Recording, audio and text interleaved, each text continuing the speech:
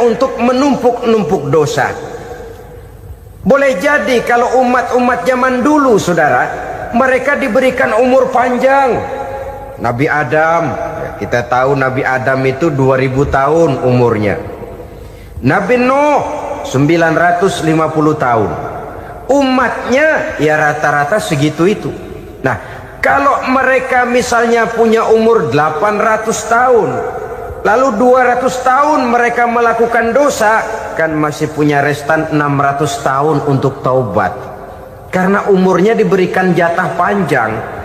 Kita ini oleh Allah Subhanahu wa ta'ala, umat Nabi Muhammad ini umurnya pendek-pendek.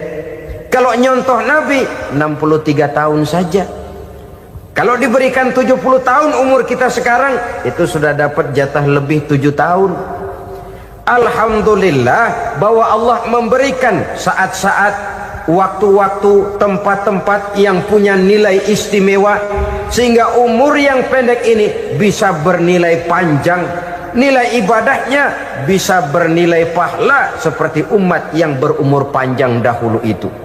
Karena itu manfaatkan umur dengan baik, dan salah satu keberkahan daripada umur akan datang dengan melaksanakan ibadah puasa sunnah. Ini yang pertama.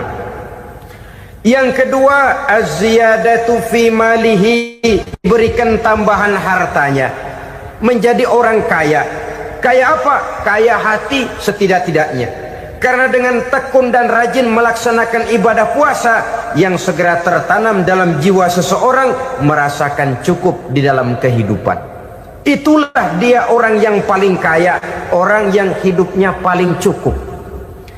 Kalau orang sudah merasa cukup dalam hidupnya, maka itulah dia orang yang kaya. Saudara-saudara kaum muslimin rahimakumullah, puasa sunnah memberikan tambahan harta, usahanya berkembang, dengan demikian membawa keberkahan, hartanya makin bertambah, akan menunjang ibadahnya kepada Allah, lebih memantapkan dan membawa ketenangan dalam hidupnya. Itu termasuk berkahnya melaksanakan puasa sunnah itu. Yang ketiga, al-hifzu fi iyalihi, diberikan penjagaan, perlindungan terhadap keluarganya, anaknya sehat, sanak famili dan handai tolannya terjaga dan terpelihara dari segala malapetaka, dari segala mara bahaya, kesehatannya terjamin dan terpelihara. Itu sudah merupakan modal yang sangat besar di dalam kita mengarungi kehidupan. Sebab rasanya sulit untuk bahagia, duit kita banyak sekali, usaha kita selalu mendatangkan untung yang berlipat ganda. Tapi sebentar-sebentar anak kita sakit, yang ampek, yang korengan, yang kena musibah, ndak tak karu-karuan sakit, berobat sampai jutaan rupiah. Itu kan sudah tidak membawa kebahagiaan. Uang masuk yang begitu banyak jumlahnya, habis akhirnya untuk berobat saja. Sebenarnya hitung-hitung ya seri-seri juga. Usaha berhasil, duit banyak, habis untuk berobat. Lah sama juga saudara-saudara. Jadi dengan demikian, biar duit kita banyak, asal keluarga pada sehat saja, udah enak bener itu.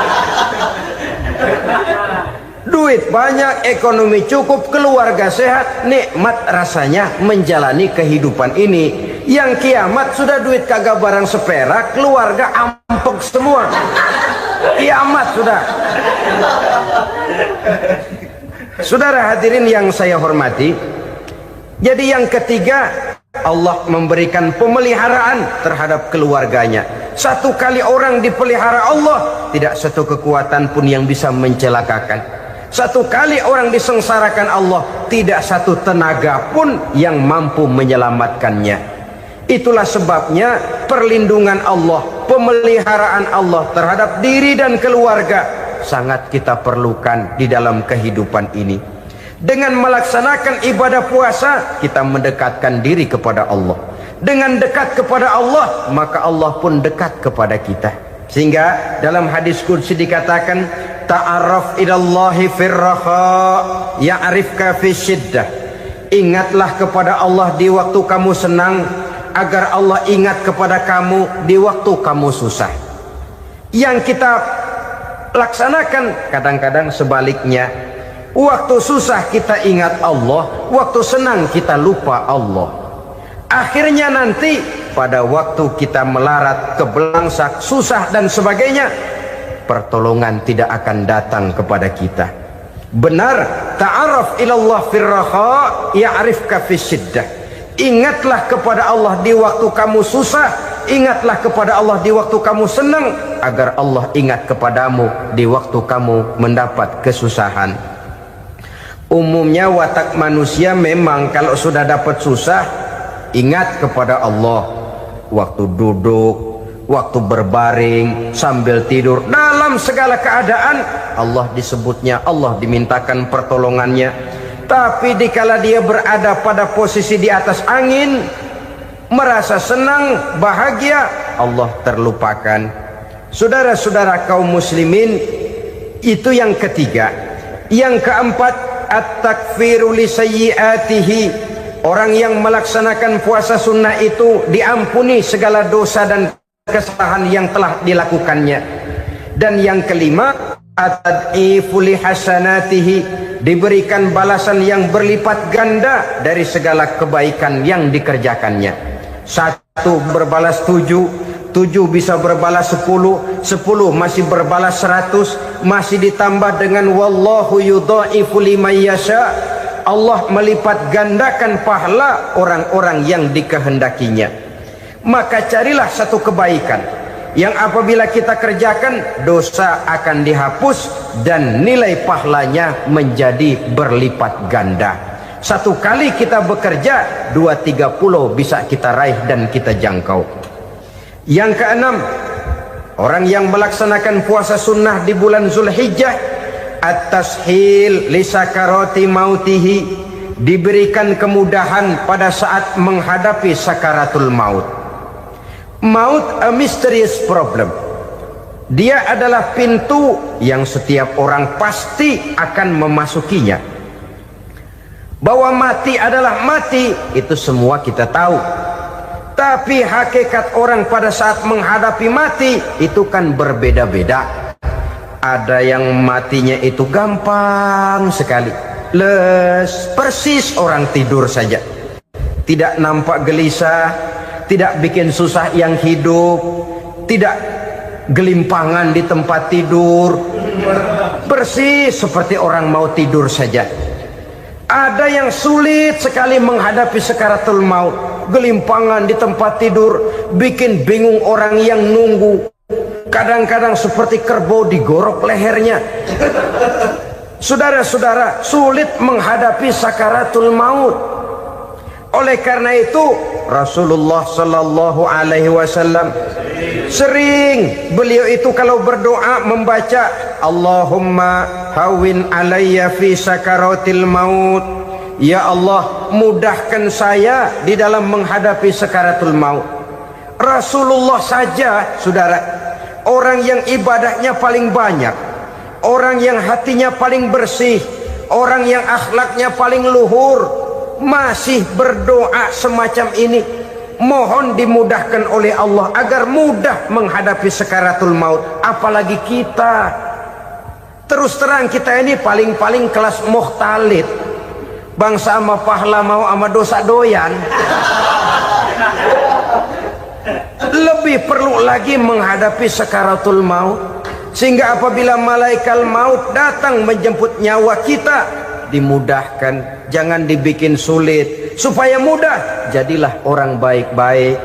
Biasanya kalau banyak yang mati, malaikat maut juga kali main-mainin dulu tuh orang, utak-atik, ditakut-takutin dan segala macam.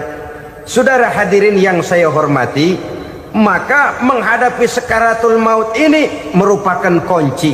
Apakah seseorang bisa husnul khatimah atau bisa su'ul khatimah? Salah satu jalan untuk memudahkan diri menghadapi sakaratul maut, melaksanakan puasa sunnah di bulan Zulhijjah ini. Yang ketujuh, ad-diya'u li zulumati qabrihi, diberikan terang di alam kuburnya. Kubur, saudara tahu, saudara tentu sering lihat orang dimasukkan ke liang lahat, ditutup dengan papan, dinding ari kata kita di kampung, lalu diuruk lagi dengan tanah. Dalamnya liang lahat, gelapnya liang lahat, gelapnya diuruk dengan tanah, gelapnya di dalam kubur, 3 gelap yang menjadi satu. Bapak moyangnya gelap.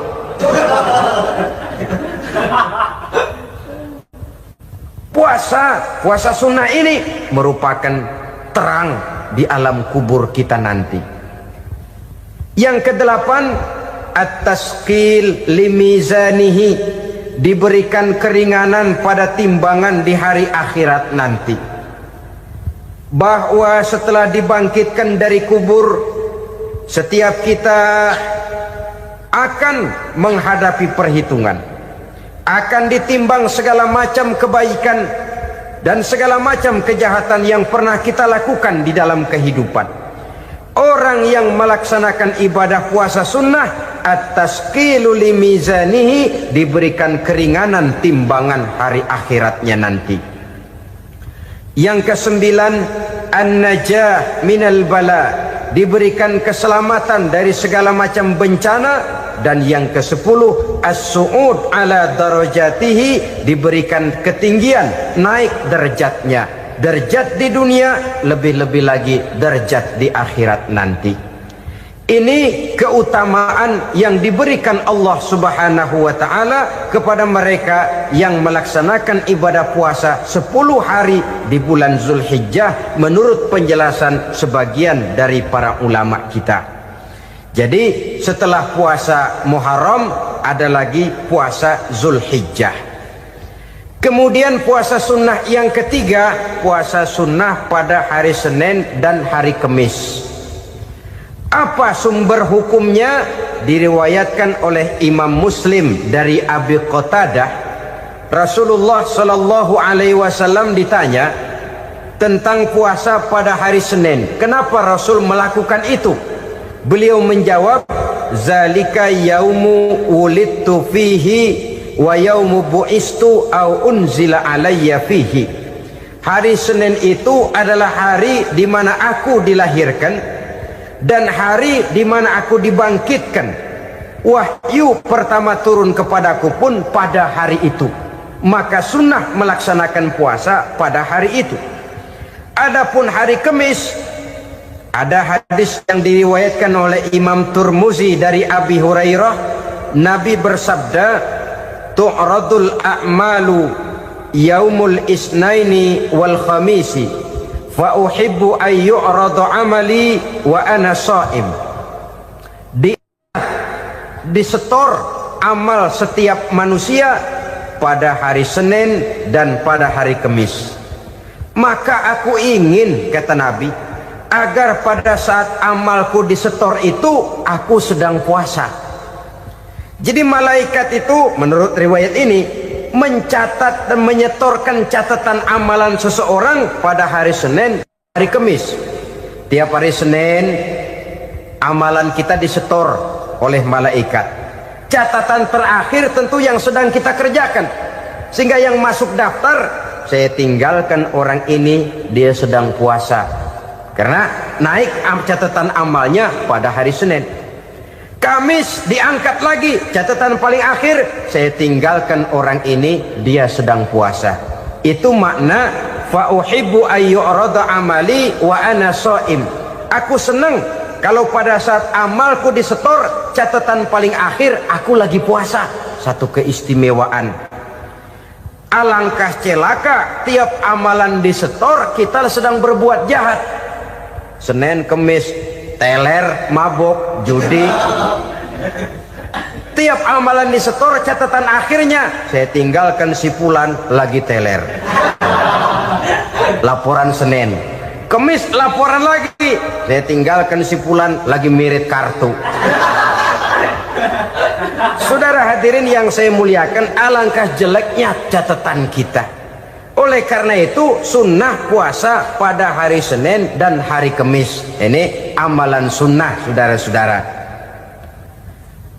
Dan oleh karena ini amalan sunnah, sebagian ulama memberikan penjelasan, walaupun lupa niat, kalau sudah malam itu lupa niat, boleh niatnya sudah siang puasa sunnah ini, dengan catatan dari pagi belum makan apa-apa. Malam saudara lupa, tahu-tahu ingat ini hari Senin, dah jam 10, niatlah jam 10 itu, sah puasanya asal dari pagi belum makan apa-apa. Tapi kalau sudah dapat 2 piring baru niat jam 10, itu lain, ngojek namanya. Jadi puasa sunnah yang ketiga, puasa pada hari Senin dan hari Kamis. Yang keempat, puasa jenis sunnah yang keempat, puasa 6 hari di bulan Syawal. Diriwayatkan oleh Imam Muslim dari Abi Ayyub bahwa Nabi bersabda, "Man shoma Ramadhana summa atba'ahu sittan min Syawal kana kasyamid dahri." Barang siapa yang berpuasa di bulan Ramadan kemudian diikutinya dengan 6 hari di bulan Syawal, maka dia seolah-olah seperti orang yang berpuasa 1 abad lamanya. Allahu Akbar. Demikian besar keuntungannya. 6 hari di bulan Syawal sama dengan orang yang berpuasa 1 abad lamanya. Ini fadailul a'mal, saudara-saudara. Jangan diartikan karena menang sudah puasa 6 hari bulan Syawal, Ramadan tahun depannya lantas nggak puasa. Kenapa? Ukurannya sudah 1 abad. Bukan itu pengertiannya. Ini mendorong orang memberikan ganjaran pahala yang sedemikian besar. 6 hari setelah Ramadan, artinya di bulan Syawal. Tidak pada hari pertama Syawal, karena haram hukumnya berpuasa pada hari fitri itu. 6 hari di bulan Syawal. Tinggal lihat yang mampunya saja. Boleh berurutan, boleh tidak berselang-seling, boleh, asal saja jumlahnya 6 hari selama masih bulan Syawal itu. Hari ini 3 hari lagi, 4 hari lagi, diselang-seling atau berurutan, itu juga lebih baik. Puasa sunnah 6 hari daripada bulan Syawal. Kemudian yang kelima, puasa sunnah 3 hari pada setiap bulan. 3 hari pada setiap bulan. Diriwayatkan oleh Imam Bukhari dan Muslim dari Abi Hurairah. Abi Hurairah bercerita, "Ausani khalili sallallahu alaihi wasallam bisalasin." Kekasih saya Rasulullah berwasiat kepada saya, memesankan benar-benar kepada saya untuk melaksanakan 3 amalan yang terpuji. Pertama, siyamu salasati ayyamin min kulli syahrin. Puasa 3 hari dalam setiap bulan. Ini wasiat yang pertama. 3 hari pada setiap bulan. Tidak peduli bulan apa saja. Dalam artian ya bulan menurut perhitungan Islam ya. Muharram, Safar, Rabiul Awal, Rabiul Tsani, Jumadal Ula, Jumadil Akhir, Rajab, Sya'ban, Ramadan, Syawal, Zulqa'dah, Zulhijjah dan selanjutnya. 3 hari pada setiap bulan. Tanggalnya tanggal berapa saja. Lebih utama pada yang disebut Yaumul Bid, yaitu hari-hari di mana bulan menunjukkan purnama. Tanggal 13, tanggal 14 dan tanggal 15 pada setiap bulannya itu disunahkan melaksanakan puasa. Itu wasiat pertama, puasa 3 hari pada setiap bulan. Wasiat yang kedua, waraqatai duha, melaksanakan sholat duha sekurang-kurangnya 2 rakaat. Itu wasiat yang dipesankan benar kepada saya, kata Abi Hurairah. Pertama, puasa 3 hari pada setiap bulan. Yang kedua, usahakan jangan meninggalkan 2 rakaat minimal daripada sembahyang duha. Kita tahu sembahyang duha itu sembahyang sunnah di waktu pagi seketika matahari naik sepenggalahan. Sekurang-kurangnya 2 rakaat, sebanyak-banyaknya 8 rakaat. Di antara fadilah atau keutamaan daripada sholat duha ini yaitu menyangkut